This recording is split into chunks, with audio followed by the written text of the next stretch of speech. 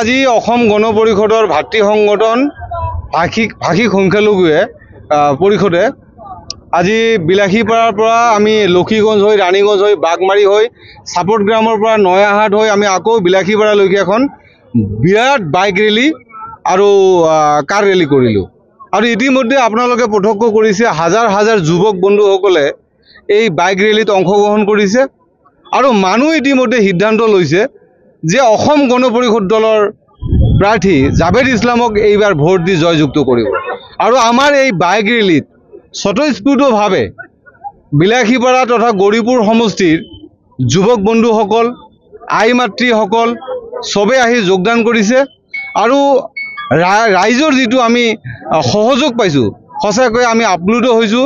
আৰু আমাৰ অসম গণ পৰিষদৰ সন্মানীয় সভাপতি অতুল বৰাদেৱে যি পদক্ষেপ অসমৰ মাননীয় মুখ্যমন্ত্ৰী মহোদয় ডক্টৰ হিমন্ত বিশ্ব শৰ্মা ডাঙৰীয়াৰ যি বলিষ্ঠ নেতৃত্বত এই ধুবুৰী ২ নং সমষ্টিৰ প্ৰাৰ্থী জাভেদ ইছলাম কেইবা লাখ ভোটত জয়ী হ'ব বুলি খাটাং ইতিমধ্যে ৰাইজে সিদ্ধান্ত লৈছে।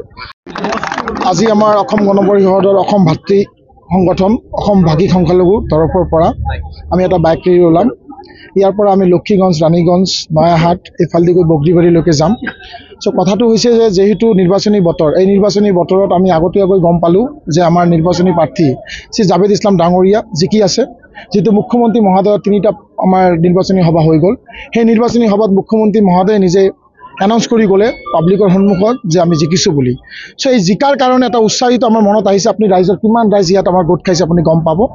আৰু প্ৰথম কথাটো হৈছে যে সেই নগাঁৱৰ পৰা তিনিচুকীয়া ডিব্ৰুগড়ৰ পৰা প্ৰতিবাৰে এটা কেণ্ডিডেট ইয়াত হোজাইৰ পৰা আহি জিকি আমাৰ চাহ সম্পত্তি টকা পইচা লৈ তাতে বিল্ডিং গাড়ী বনাব দুবাত পইচা লৈ যাব, এইটো আমি হ'বলৈ আৰু নিদিওঁ নোৱাৰিম। সেইকাৰণে বদৰুদ্দিন আজমলে কোটি কোটি টকা এই ধুবুৰী ডিষ্ট্ৰিক্টৰ পৰা লৈ সেই হোজাই তিনিচুকীয়া ডিব্ৰুগড় লণ্ডন ইংলেণ্ড ক'ত বিজনেছ কৰি আছে, এইটো আমি হ'বলৈ নিবিচাৰোঁ। তেখেতসকলে মেইন মানুহ হয়, এই ভোটাৰবিলাকে আমাৰ ভগৱানৰ নিচিনা হয়। এই ভগৱানবিলাক যাতে আমাক আশীৰ্বাদ দিয়ে, আশীৰ্বাদ দি যাতে আমাক জীৱিকৰ কাৰণে আমাক সহায় কৰে, সেইকাৰণে আমি হাত জোৰ কৰি প্ৰাৰ্থনা কৰিছোঁ, অনুৰোধ কৰিছোঁ আমাক জিকাই এটা ভাল পিচফুল ধুবুৰীত এটা শান্তি সমৃদ্ধি আৰু লগতে প্ৰগ্ৰেছ কৰাৰ এটা যাতে সুবিধা দিয়ে।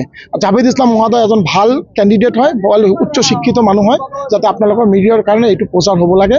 ভোটটো যাতে মিছ ইউজ নকৰি আৰু 7 তাৰিখত যিহেতু ভোটটো যাতে গোটেই মানুহ ঘৰৰ পৰা ওলাই আহি ভোটটো দিয়ে, এইটো আমাৰ প্ৰাৰ্থনা। জয় অসম।